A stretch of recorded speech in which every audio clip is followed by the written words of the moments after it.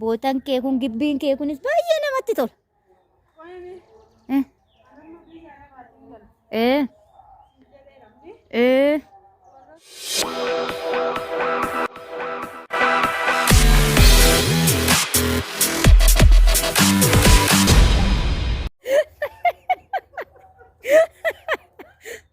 Yaada ta'u. Ay, hordoftoota kiyyaa jirra jirtu nagaa keessanii. Nutis jirra nagaa keenya akkam jirtu hordoftoota koo biyya keessa biyya alaa jirtan nageenyi waaqayyo siif haa baay'atu. Ameen. Har'a maalan hojjedha seenan ayyaantu. Abaaboon abaa. Qofforaa qonfortee abaaboo faa kaakiltii faa. Kunoo kanan argitu jira wanni maali kun maqaan isaa? Shokonata. Ishee agoggataa faa qopheessitee. Ciraakotas fide amma qoyi ganaan fida tokko nama kana. Akkasitti irraan gadee kana. Qofforee tartiibaan dhaabufan. Isaan asii gadee kan.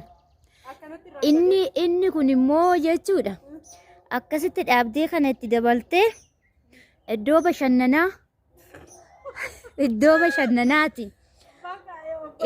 Hiriyoottan koo warra biyya Arabaa jiranii asitti mannaafashaa zana godheen ijaareessinii egaa yeroo dhuftan mannaafashaan eessaa jedhaati koottan. Mannaafashaa iddoo itti bashannanan iddoo bashannanaa iddoo itti hojii hojjetan iddoo itti footoo ka'an iddoo itti bakka fataa jedhanii itti boqotan jechuudha iddoon kun. Yeroo galtan asitti fataa jettu ishii ijoollee biyya Arabaa. Bakka warri gooddanyoonni kee jechuudha. Iddoo itti mannaafashaa hojjette kana dhufanii ilaalanii itti boqotanii itti gammadanii borus hojii akkanaa kana sirraa qaddaatanii ittiin hojjetanii jijjiiramuu qabu. Amma lukkus nan horsiisaa.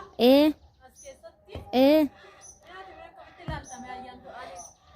Shamarran tokko yeroo biyya Arabaatti galan akkamitti hojii akkasii hojjenna. Namni jedha. Ati besti akkamitti na ilaaltame nama biyya Arabaatiin gale siin jedheera. Akkamitti na ilaalte yeroo hojii akkasii. Baay'een hojii kee kanatti gammadee namma. Lukkuu bichaayyuu miti itti dabaltee oola sodoo qallabdee baay'ee natti tola.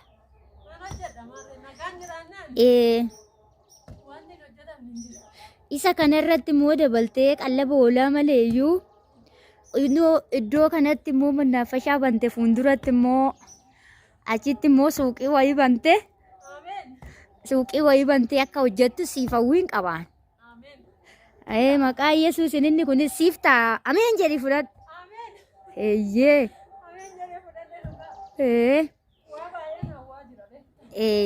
Inni kun immoo iddoo bashannanaa bootan kee kun gibbiin kee kunis baay'ee namatti tola.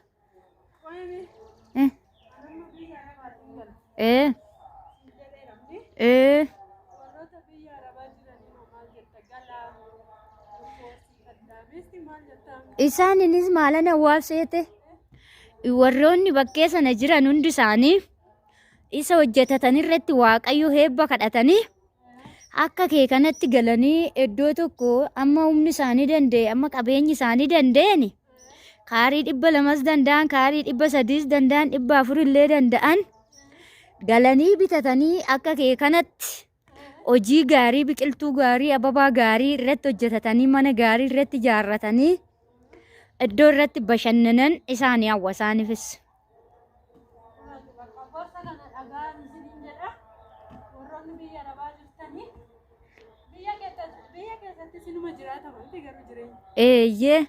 Biyya keessattis warri karoora hojii qaban warri sammuu bal'aa qaban hojii kana hojjetanii of jijjiiruudhaaf baay'een isaanii tattaaffii warri qaban sadarkaa gaariirra ga'anii jiru.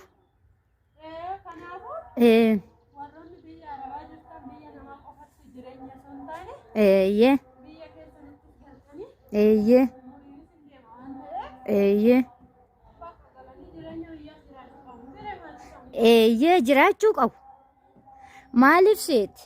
Arraafillee humna ijoollummaa qabaatanii biyya ormaa keessatti iyyuu hojjetatanii yoo jiraatan bifti ijoollummaattis hin dhumaa, humni ijoollummaattis hin dhumaa. Isaaf iyyuu isaanis galanii yeroo isaanii yeroo qaban kanatti itti fayyadamanii jireenya isaanii boqochiisanii sammuu isaanii bashannansiisanii hojii hojjetan gubbaarratti gammadanii haala gaarii bu'aa gaarii buusanii itti boqochuun dirqama. Gahee isaaniiti inni kun. Dhaamsin isaaniif dhaamusa kana.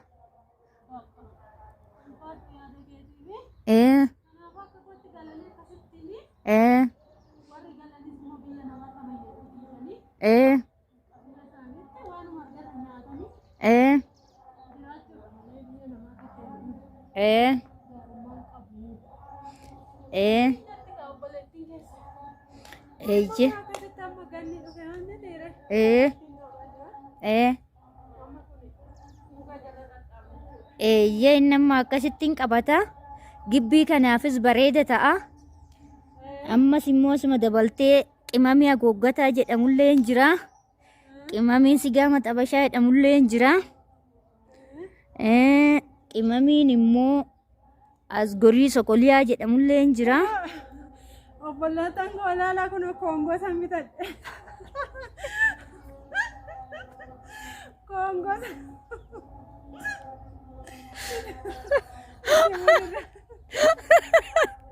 Inni kun hojiidha maal seete? Koongoon bitadhe arga. Gutta agarsiisi meeqadhi qabu. Kunoo. Kunoo koongoo argitani? Koongoon kun birrii 35 bitamte. Kaleessa gabaadhaan bitadhe kan si ajaa'ibu. Kaleessa bitatte? Hojiidha baay'ee das namadha garuu guddina hojii keetiitiif kana hidhachuun keetu baay'ee das namadha. Kunoo laala koongoo dhadheen jira. Ishee ijoollummaa keenyaa yaadadheeni. Maafan koongoo ni dhadhu jedhee asitti koongoo ta'uu maaf ta'e malee nama hin baasu qaba. Sirriidha. Sirriidha jechi kee. Jiruu ofii guddifachuun gahee mataa keetiiti. Kanaafuu warroonni maatiin taane like share subscribe godhaa warri maatii taatan immoo like share godhaa. Nu jajjabeessan isiniin jedhaa baay'ee isin jaalladha isin kabajnaa bye bye. Hai har'a akkasitti haala kanaanii dhaabnee jechuudha lammii faana. Innaa kan akkas fakkaatan isiniin jedhaa lammiinis qofforee anis qofforee abaaboo dhaabne biyyoonni kun dura kan ittiin mana maragan boolla ta'e isas duddachaa jirra. Akkasiin haala kanaan abaaboo warqees dhaabnee jechuudha baala warqee jechuudha. Kunoo arga. Kun argitan waa baay'ee dhaabne suuyyaa dhaabne irraa qaaraa dhaabne irraa. Lammiin immoo kun akkasitti lafa qofforaa jira. Aara laala. Har'a buliin 30 miti beeta kiristaanii waan ta'e jira. Warri ortodoksii taatan asumaan sagalee dhaggeeffadhaan isiniin jedha. Inni akkasitti kun immoo mana fincaanii maal akka goone argaa jirtu.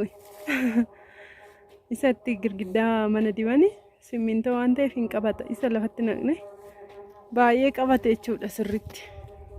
Isa argitanii laala. Sirriitti qabatee kushiinaa garuun sirreeffanne amma ammatti mana keessa kasalatti fayyadameera waan ta'eef kushiinaa kana sirreeffadha jechuudha lafa isaa seeraanii. Mana fincaaniiti jechuudha. Kun argitanii boolla isa kana duuchaa irraa asitti kana dhaabne suuyyaa ciraakkonni jira, suuyyaan jira, qaaraan jira, makallashaan jira. Lammiitu dhaabe garuu isaan sana. Ani isa kara kanaan dhaabe. Hin mul'atu baay'ee. Inni akkasiin haala kanaan hojii hojjetaa irraa ta'aniif lammiin jechuudha. Ilaala akkatti inni qofoofu lammiin.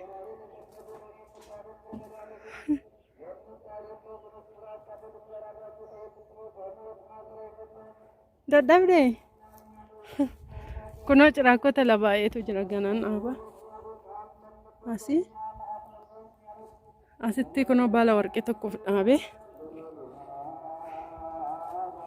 Asitti kunoo la ciraakkota isheen kun ganaan dhaaba ciraakkota isaan kana jechuudha lafarra isaan jiran ganaan dhaaba. Kun immoo maal akka taate hin beeku qimamiidha ani hin beeku.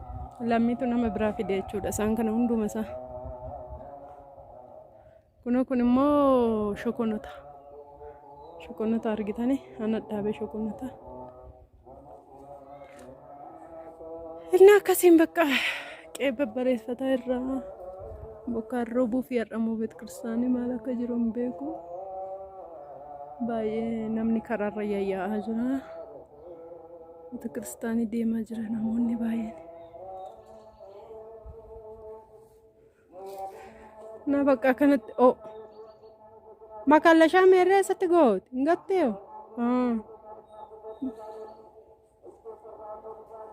Na kanatti kun haala kanaan hojiirra jirra har'a misooma jechuudha. Amma isaanii keessa irraa miti dheeraa taakiltiin dhaabbachuu qaba. Waan adda addaa dhadhaamne jechuudha.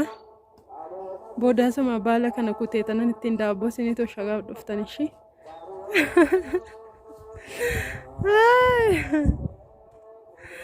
Inni akkasii isiniin jennaa hordoftoota keenya. Kanatti amma ganna waan ta'eef ataakiltiin hin dhaabama. Qaaraas dhaabnee jirra. Akkasiin bakka gibbii zanaa goone kaababaa dhaabne. Minna warroonni like share godhaa. Warri maatiin ta'an immoo maatii ta'an jajjabeessaa isiniin jenna. Lamiin gobaziidha miti hojjeta argitanii.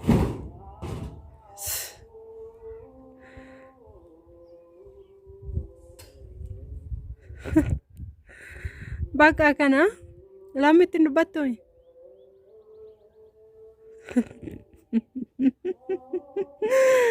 maalan godha hojiin hojjeta bargaruu dubbii dadhabee malee. Innaa bakka kana like share godhaa warri maatiin ta'an maatii ta'a isiniin jenna. Namni beet kiristaanitti ol yaa'aa jira jechuudha.